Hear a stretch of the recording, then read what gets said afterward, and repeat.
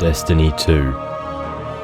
Unlike Bungie, I'm not going to charge you $600 to watch this video. Welcome to Destiny 2, the game where leaving a positive review on Steam comes at the price of hating yourself. Bungie is essentially on their knees begging for Destiny 2 players to stop playing their game, continuing to release yearly $150 DLCs that have only a 40% chance of actually being decent, which basically becomes a mandatory subscription if you somehow find yourself addicted to this game. Could it be me? If you're currently watching this like, Destiny? Huh? Here's a quick rundown of the general experience you're signing yourself up for when you mistakenly click that incredibly lucrative download button that claims the game is free to play. You use guns to get other guns, maybe an armor piece here and there that helps you get better guns, eventually grinding for particular rolls on those guns that go out of date faster than you can even attain them. Bro, I finally got the god roll for the new divorced wife hand cannon. It took me like 2 days, bro, finally. Nice, man. Wait, dude! Bungie just dropped another hand cannon! Really? Dude, send it, I'm sending it. If you are expecting to play Destiny 2 as a free-to-play player, here is a quick tutorial on the next steps you should take.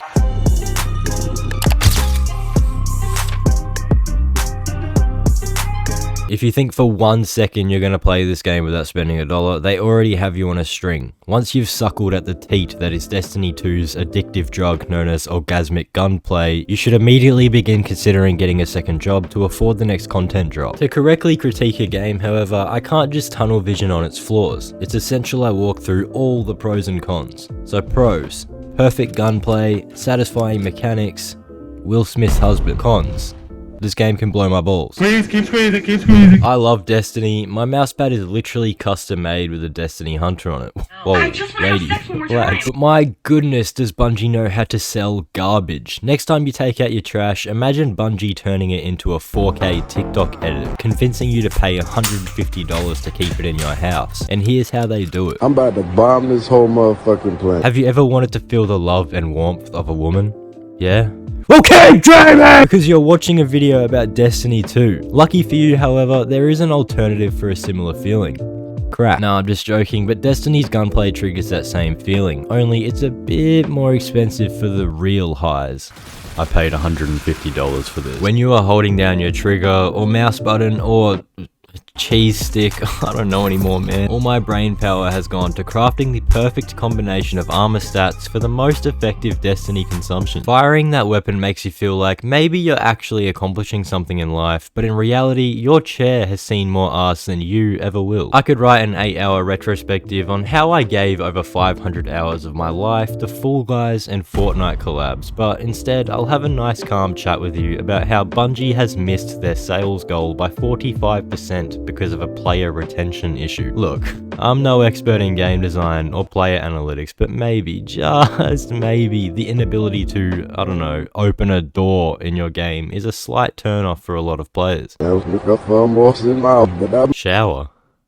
I hardly know. I have no time for personal hygiene because I spend all of my time learning how to skate in Destiny despite having no opportunities to ever use them in a practical place like a raid or a dungeon. Perfectly launching a charged grenade into a group of ads will never not be satisfying. I just wish doing it actually had a purpose. I hate to trash on Destiny because Destiny 1 and Destiny 2, before they got rid of the campaign because of content vault, are arguably my favorite games of all time, apart from Genshin Impact, of course.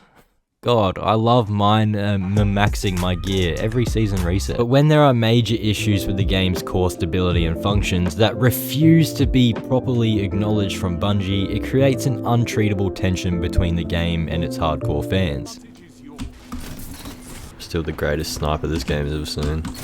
Oh, it's got my friggin' arse eating it. I am a bit out of the loop with Destiny as of late, since I haven't properly played since the release of Witch Queen. Understandably. So I researched some of the large issues the game currently has, and here is what I found. Destiny 2 is known to have pretty lackluster online servers. I think I've traded deaths more times in Crucible than there is negative reviews on Lightfall. Actually, that's not humanly possible. So I searched, why are the connection issues on Destiny so bad? And I found an answer on the official Bungie help website that says players may want to clear their console cache. This led me to think, huh, Maybe the connection issues were my fault the entire time. Another issue I've seen countless people experiencing consistently is error codes and disconnecting from matches. And lo and behold, another official Bungie help response addresses this issue as an instability in a player's network setup. Bungie, take responsibility for once, please. If Fortnite servers can handle 6 million concurrent players, I'm sure I can have an online match with 6 players that isn't lagging. The Final Shape DLC, or as many are calling it, the Final Straw, has been delayed another 4 months, meaning the next season of Destiny will last 186 days. I'm not a Destiny player anymore, but I do understand what this drought means for the people who log on and play every single day. If Bungie don't deliver the greatest content of their lives with the Final Shape expansion, Destiny is cooked. Because with the majority of Bungie's funding now going into the development of Marathon, the supposed next big extraction shooter, I'm sure that'll be fun. It's expected that Destiny will receive very little support from here on, with confirmation that if Marathon is a success, all support for Destiny will cease. Even if Final Shape performs well, I still think Destiny 2 is coming to its end, whether Bungie was planning to end it themselves or the players stopped playing. Paul Tassi had some great points which he talked about in his articles and videos. Final Shape is not enough to keep the game afloat. The only thing that will potentially save the franchise is taking the time to develop a whole new story in the Destiny universe for Destiny 3. Like I said, I love Destiny. I wish there was a way for Destiny to live on and be kept exciting and fresh. But what do you really expect from a 7-year-old live service game that heavily relies on its very formulaic gameplay loop of shoot things, defend an objective, move the objective, shoot more things, big boss enemy, loot. Or run through hordes of enemies, maybe a puzzle if Bungie's feeling freaky, more hordes, big boss, loot. I understand a game's formula will rarely change and will inevitably remain repetitive, but in a game like Destiny where all you are doing is grinding, the formula stops working. This video is much shorter than I would have liked to make, but I couldn't play the game for longer than 40 minutes. I feel like I've said all that needs to be said about the state of Destiny right now. All the recent news about employee layoffs, how it was handled, and who was let go had some very questionable decisions, which makes it feel like Bungie simply don't care anymore. It truly sucks, man, but if you smirked even the slightest bit through this entire video, comment the phrase, "Hey, I really like your homemade ham." What am I even saying, bro? Anyways, man, remember to take Clyde's advice. Like and subscribe, losers. And as always, stay sweet. Baby, won't you